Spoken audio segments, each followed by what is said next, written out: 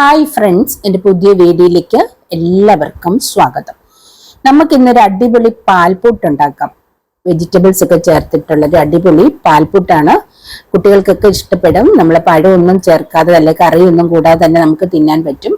നല്ലൊരു അടിപൊളി ടേസ്റ്റിലുള്ള പാൽപുട്ടാണ് കേട്ടോ. നമുക്ക് ബ്രേക്ക്ഫാസ്റ്റിന് നല്ലൊരു വിഭവമാണ് കേട്ടോ. കുട്ടികൾക്കൊക്കെ ഒരുപാട് ഇഷ്ടപ്പെടുന്നതാണ്. അപ്പം നമുക്കത് എങ്ങനെയാണ് ഉണ്ടാക്കുന്നത് നോക്കാം. അതിനായിട്ട് ഞാനൊരു 2 കപ്പ് അരിപ്പൊടി എടുത്ത് വെച്ചിട്ടുണ്ട്. പുട്ടുപൊടിയോ അരിപ്പൊടിയോ നിങ്ങൾക്ക് ഇഷ്ടമുള്ളത് എടുക്കാം. ഒരു അരമുറി തേങ്ങ എടുത്ത് വെച്ചിട്ടുണ്ട്. ചിരകിയ തേങ്ങയാണ്. ഒരു 2 ക്യാരറ്റ് ഗ്രേറ്റർ ഉപയോഗിച്ച് ഗ്രേറ്റ് ചെയ്ത് വെച്ചിട്ടുണ്ട്. പൊടിയായിട്ട് അരിഞ്ഞാലും എടുത്ത് വെക്കാം.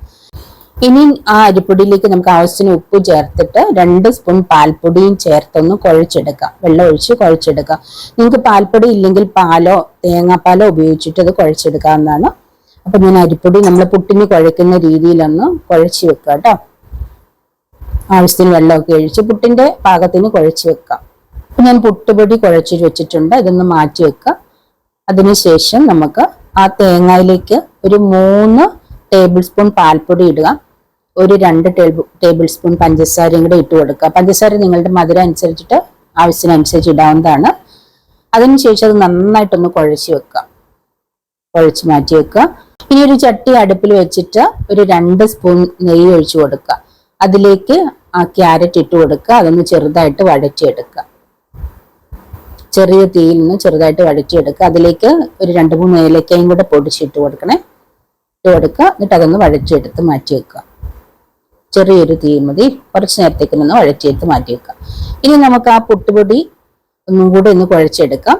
പുട്ടുപൊടി പാകത്തിന് കുഴച്ച് വെച്ചിട്ടുണ്ട്. ഇനി അതിലേക്ക് പകുതി ചൂടാക്കി വെച്ച ക്യാരറ്റിന്റെ പകുതി ഇട്ട് കൊടുക്കുക. ആ തേങ്ങയുടെയും പകുതി ഇട്ട് കൊടുക്കുക.